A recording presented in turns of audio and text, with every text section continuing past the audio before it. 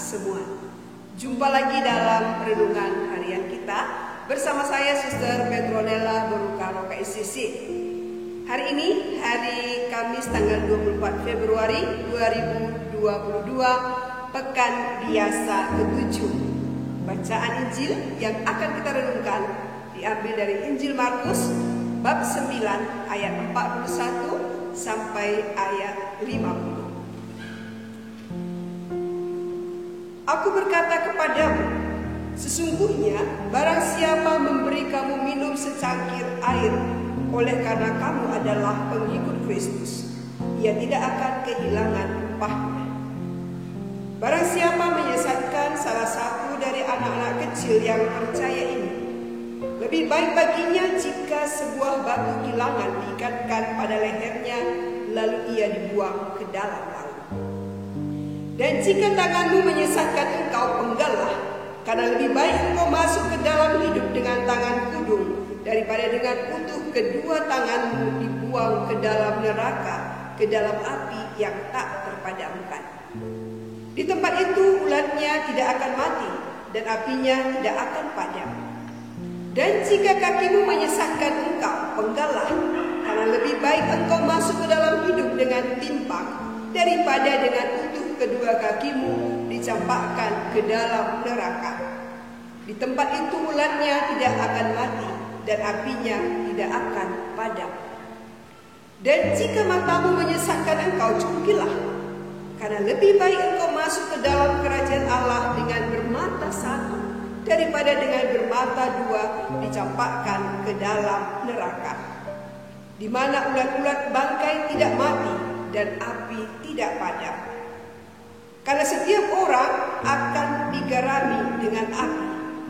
Garam memang baik, tapi jika garam menjadi hambar, dengan apakah kamu mengasingkannya? Hendaklah kamu selalu mempunyai garam dalam dirimu dan selalu hidup berdamai yang seorang dengan yang lain. Demikianlah sabda Tuhan. Saudara-saudari yang terkasih, waktu saya bertugas di Rumah Pembinaan Spiritualitas KICC, ketika memimpin retret, saya sering menampilkan seorang tokoh untuk memotivasi peserta melihat diri lebih baik. Tokoh itu adalah Tony Malanders. Tony Malanders seorang gitaris dan penyanyi idola. Pemuda kelahiran Nicaragua ini dapat dijadikan motivator pembangkit semangat. Ia lahir tanpa kedua lengan. Tentu saja kenyataan ini menyedihkan bagi kedua orang tuanya, namun mereka mencoba memahami rencana besar Tuhan di balik semua yang dialaminya. Ketika masih anak-anak, Tony pun mengalami banyak kesulitan. Kerap ia mendapat olok-olokan karena tidak memiliki lengan, padahal teman-temannya memiliki lengan. Beranjak dewasa, ia makin mengerti rencana Tuhan itu. Ia tidak memprotes, namun bersyukur dengan mengembangkan segala kemampuannya. Ia bernyanyi dan mulai memainkan gitar dengan kakinya pada usia 16 tahun. Saat yang sangat membanggakan adalah ketika ia tampil di hadapan Paus Yohanes Paulus II pada tahun 1987 di Amerika Serikat. Pujian Paus dan pesannya sungguh menjadi pendorong semangat yang luar biasa.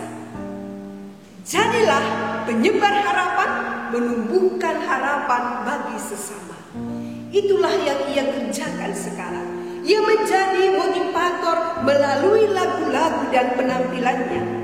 Ia tidak menyerah dengan keadaan. Ia tidak mengalahkan Tuhan dengan keadaannya. Ia yang sungguh percaya kepada Tuhan.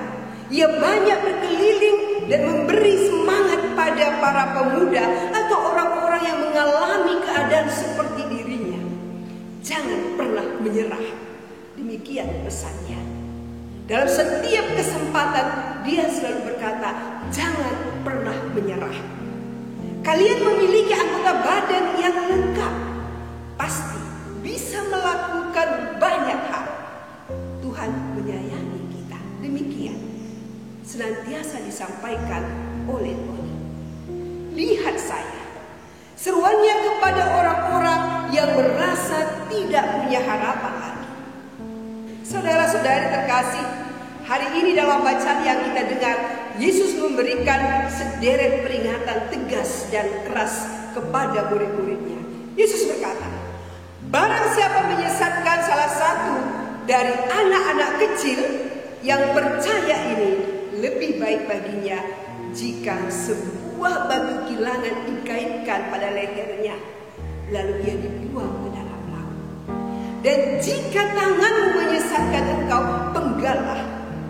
Jika kakimu menyesatkan engkau, penggallah. Dan jika matamu menyesatkan engkau, cungkillah. Hendaklah kamu selalu mempunyai garam dalam dirimu dan selalu hidup berdamai yang seorang dengan yang lain.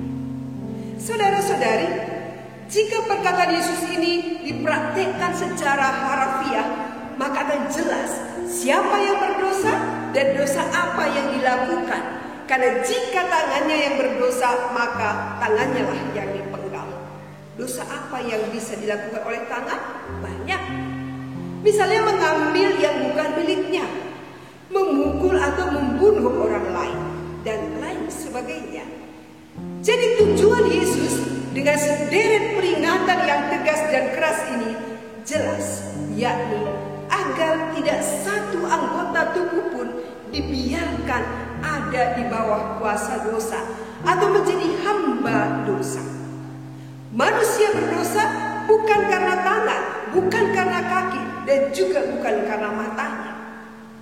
Tony Maleders dalam cerita tadi cacat tangannya, tapi tidak membiarkan dirinya berdosa dengan mengeluh dan memprotes kepada Tuhan, tetapi memelihara hatinya, mencoba mengerti rencana Tuhan atas dirinya, menjadikan dirinya menjadi garam dengan menumbuhkan harapan bagi sesama.